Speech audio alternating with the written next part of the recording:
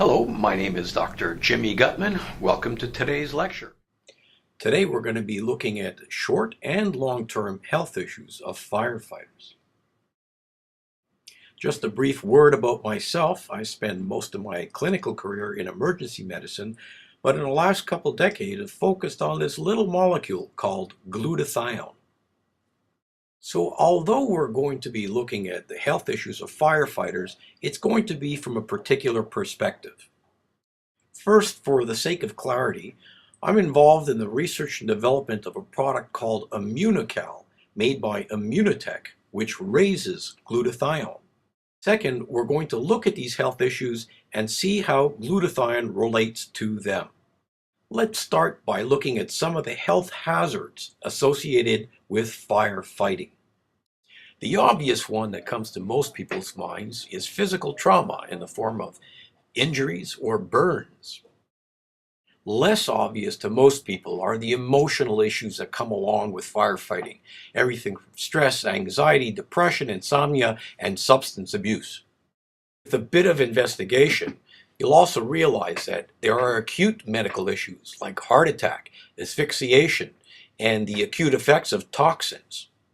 But the area the general public is least aware of is the chronic medical issues faced by firefighters. These include heart disease, lung disease, cancer, and unfortunately, much more. Did you notice that the title just changed, but the slide remained the same? That's because the health benefits of raising glutathione almost completely overlaps the risks associated with fighting fires.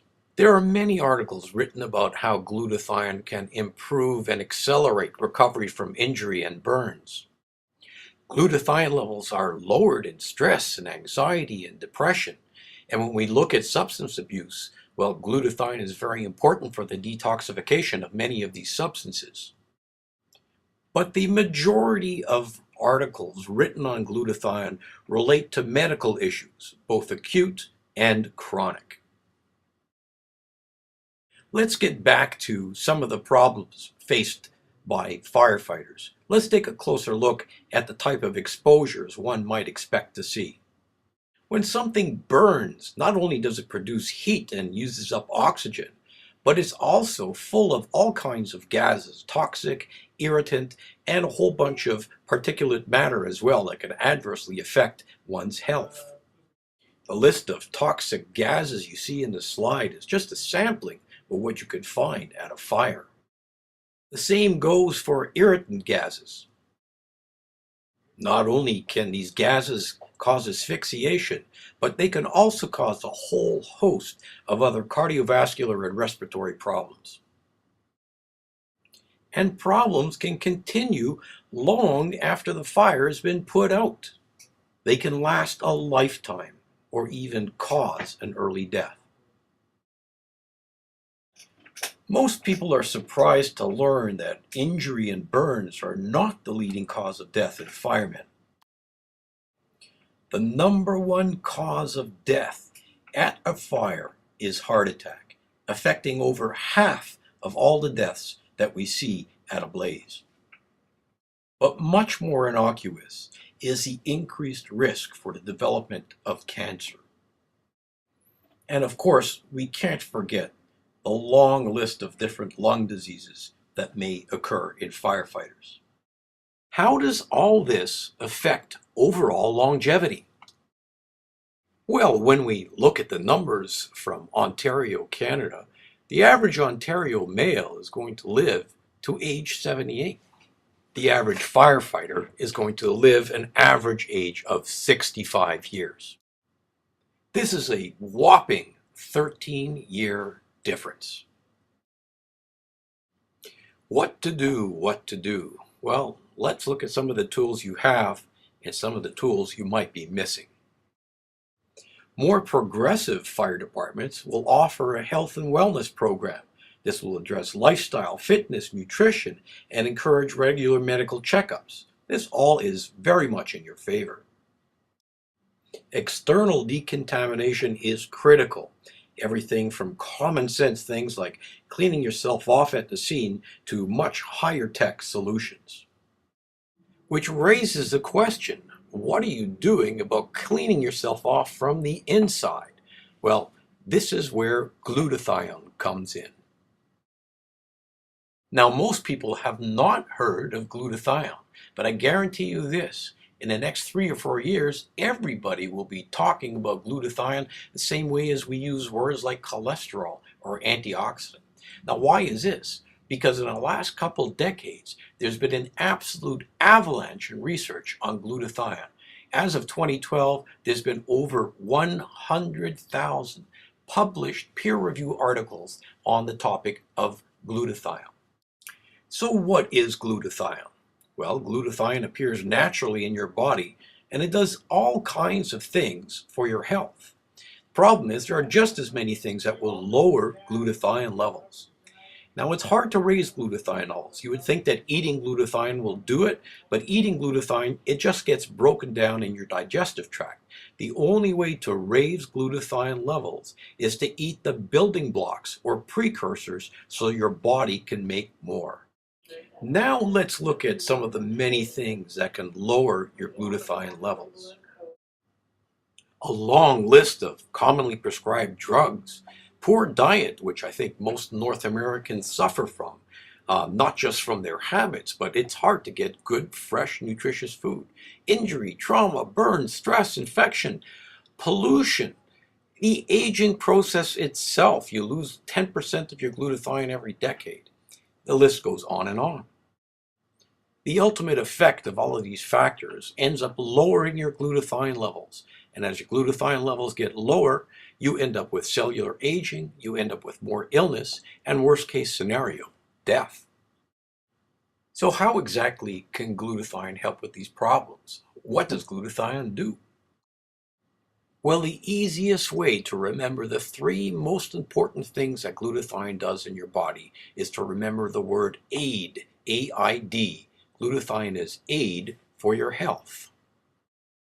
What does this acronym stand for? Well, the A stands for antioxidant. And if you look at the literature, many authors refer to glutathione as your body's master antioxidant. I stands for the immune system. And again, the research shows that raising glutathione literally gives your immune system the fuel to continue working. And finally, D for detoxification. I tell people that next to water, there's no more important detoxification substance in your body than glutathione. Now, as I might have mentioned before, I've written extensively on the topic of glutathione. I'm going to take this opportunity to shamelessly promote my last book, Glutathione, Your Key to Health, which has chapters on glutathione in cancer, heart disease, Parkinson's, Alzheimer's, lung disease, and on and on and on. But I think we need to focus on what's most relevant to our audience today, and that is the role of glutathione and detoxification. Just look at this list of substances that are detoxified by glutathione. Everything from solvents to pesticides to herbicides, cigarette smoke, automobile exhaust. I could easily show you 5 or 6 more slides of different substances that glutathione detoxifies, and this list is ever expanding.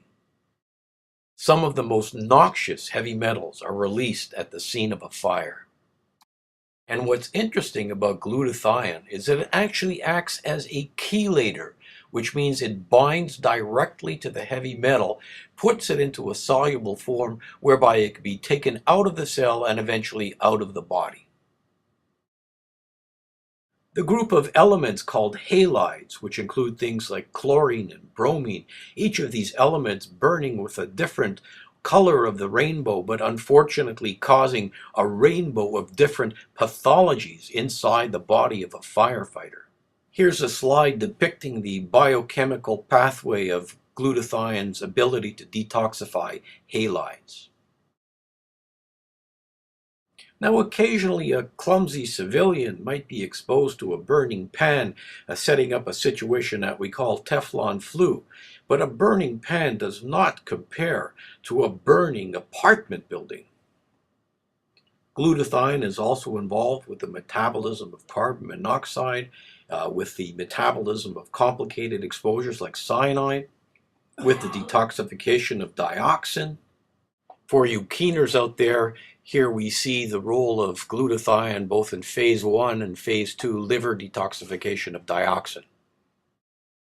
The truly scary thing is that we could be talking about dozens of other exposures. All that said, how do we raise glutathione? Doctors can inject you with a drug called N-acetylcysteine, which unfortunately has side effects and only lasts a couple hours. Raising glutathione using food would be nice, but it's problematic and difficult. First of all, the food needs to be fresh and it needs to be raw. So volumes of raw broccoli, raw eggs, raw milk. I'm not even sure that raw milk is legal anymore. What about just eating glutathione? Wouldn't that be nice? Except eating glutathione does not raise your body's glutathione. Eating glutathione, it ends up being broken down in your digestive tract and never making it to your cells. This is where Immunocal comes in. It supplies your body with the building blocks or precursors so that your body makes its own glutathione. Immunocal is the result of over 40 years of research starting at McGill University and holds many patents, not just for raising glutathione, but also for maintaining a strong immune system. This slide shows a smattering of some of the top world-class doctors and researchers involved in the development of Immunocal, including Nobel Prize laureates. Immunocal shows up in the CPS and the PDR. These are books that contain all the drugs available for doctors to prescribe.